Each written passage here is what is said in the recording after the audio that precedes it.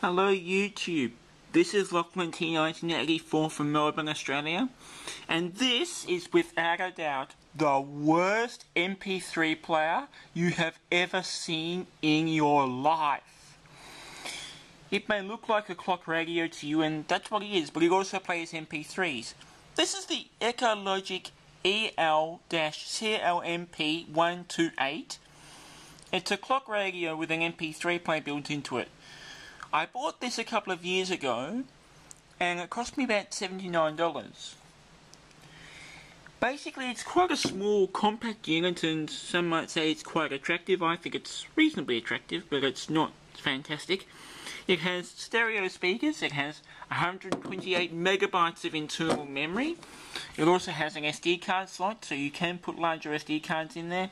You can see it also has earphone and line-in sockets and a USB port. It runs off 4 AAA batteries, and the batteries go in this little compartment here. You also have, as you can see, 2 little button batteries that are a backup for the clock if the main batteries go flat. This thing is really quite terrible for many reasons. One, it's only got 128 megabytes of internal memory. Yes, 128 megabytes of memory. Even for something from 2007, that was not a lot back then, and it's certainly not a lot now. It's almost nothing. The sound quality from the built-in speakers is not good. They are stereo speakers, but they're wired up back to front, so sound that would normally come out of the left speaker comes out of the right speaker, and vice versa. Also, the speakers are connected up out of phase, so everything has a very pressured sound. If you're listening to the unit with it in front of you, the sound kind of sounds like it's coming from. It has a very pressured sound, so it sounds like it's coming from somewhere inside your head as opposed to from directly in front of you. Now you might be thinking that's probably just a fault with this particular unit. This is actually the second unit of this one that I've had. The first one had some problems. The left speaker stopped working after a week. I got it replaced, and this same unit has the same problem. Using the MP3 player was quite simple. We just press and hold this button here.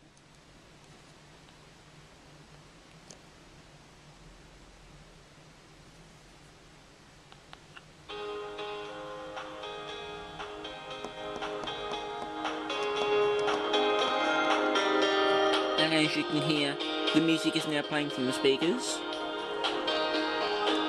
You can pause the music and resume it. And you can jump from song to song using those 2 buttons.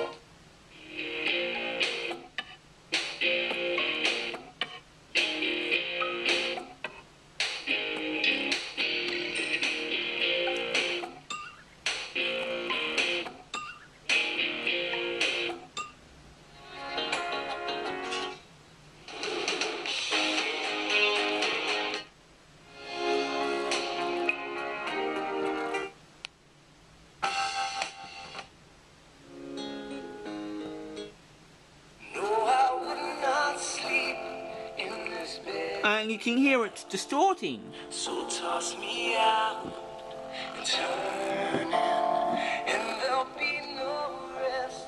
Music's obviously a bit loud. I could hear it distorting there.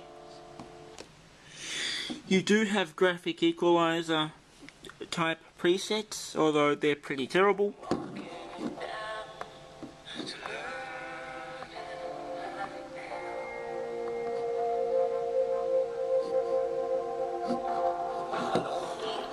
You use those buttons to adjust the volume. The unit also has an FM radio on it. The big problem with the FM radio is that the volume of the FM radio is really badly implemented. You can turn the volume of the MP3 player from quite low to reasonably loud, but the volume doesn't work in the same way for the radio. Even if you turn the volume on the radio all the way down, it's still quite loud, and I'll try and show you. Turn the radio on, and you'll see it's taking a little while to start up. The volume is on 0 and you can still hear music. Quite loudly too. Well, it's not that loud actually, but...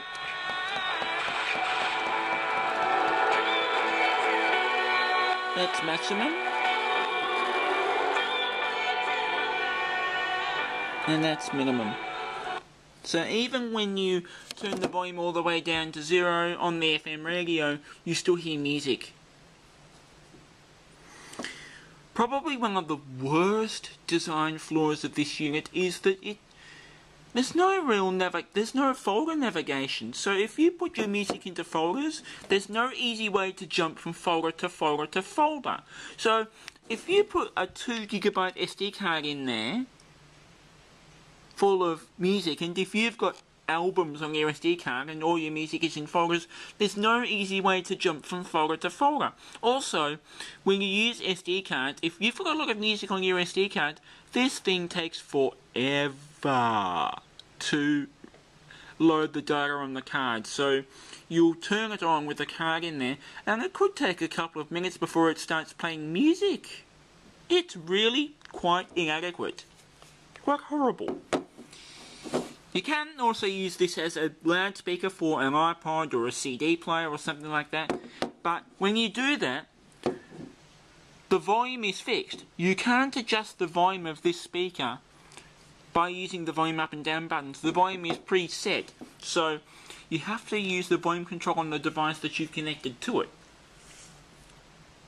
So if you're using an old Sony Discman that has a line level output and you plug the cable from the line out on the CD player into this, the volume's going to be really loud and it's going to distort and you won't be able to adjust it. So let me connect my iPod to it. If I can get the cable in. Now, when you plug the cable into the line input on this unit, the volume, the amplifier automatically turns on. So you have to remember to unplug that cable or you'll flatten the batteries. I have my iPod shuffle again. Let me turn it on.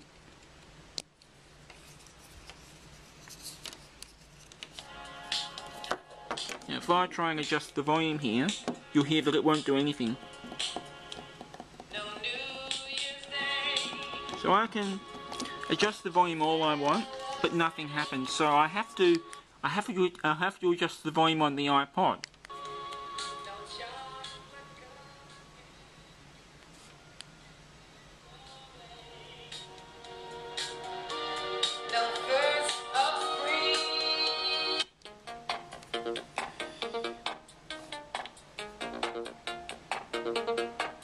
You can see unused segments on the LCD screen. That's actually not quite as bad as the camera's making it out to be. If I tilt the display back there, you can see the proper thing without some of the unused segments. Through my naked eyes, I see the currently unused segments of the display if I've got it angled in a certain way, but you can see that on the camera, those unused segments show up really, really clearly. They're not as clear to the naked human eye as they are. That is one advantage of this unit. The display is big. You can see the numbers there are quite large. I can read that without any trouble. This is a presentation.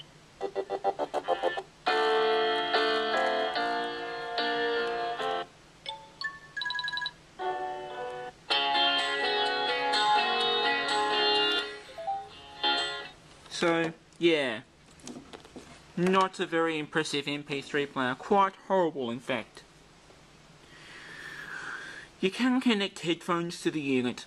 The sound quality when you plug headphones into this unit is actually pretty terrible. It's quite horrible.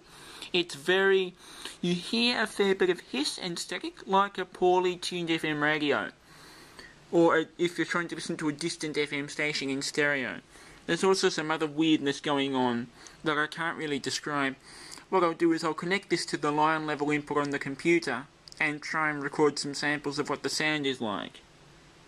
But believe me, this thing is pretty bad. It's so bad, in fact it's good. That's how horrible this is. It's just terrible.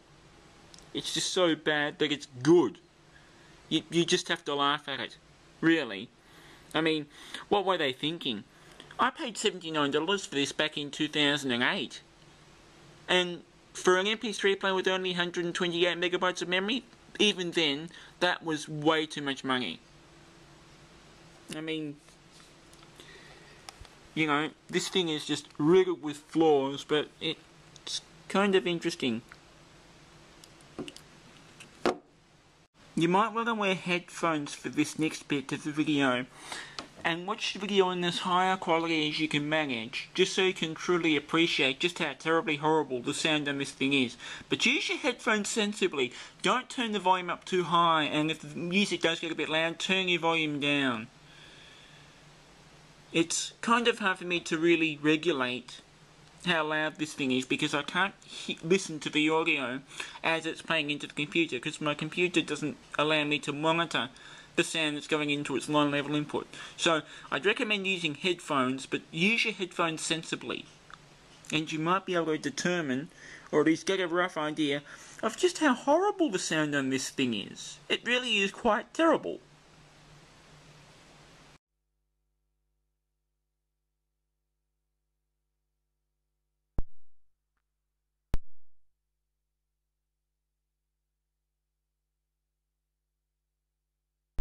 No, I would not sleep in this bed of lies, so tough.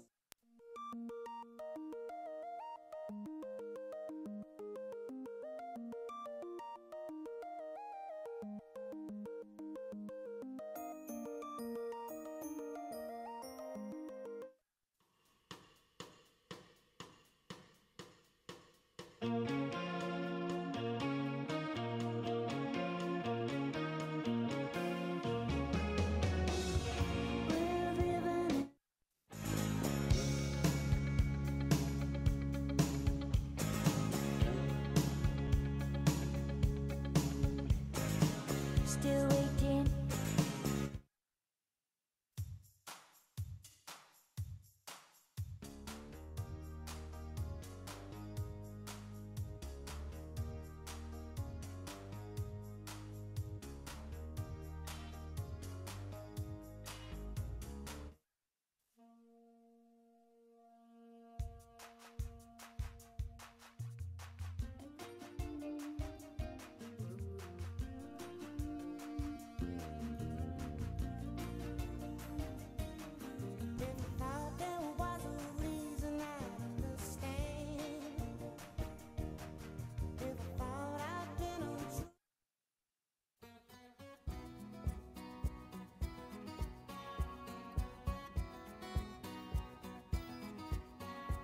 So there you have it.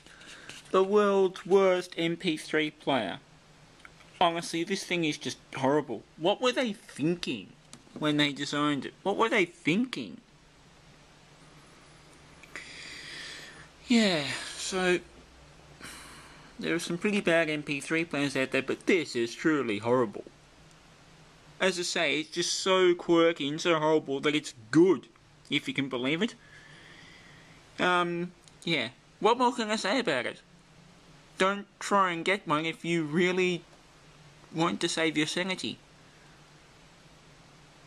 Anyway, thanks for watching. Bye for now.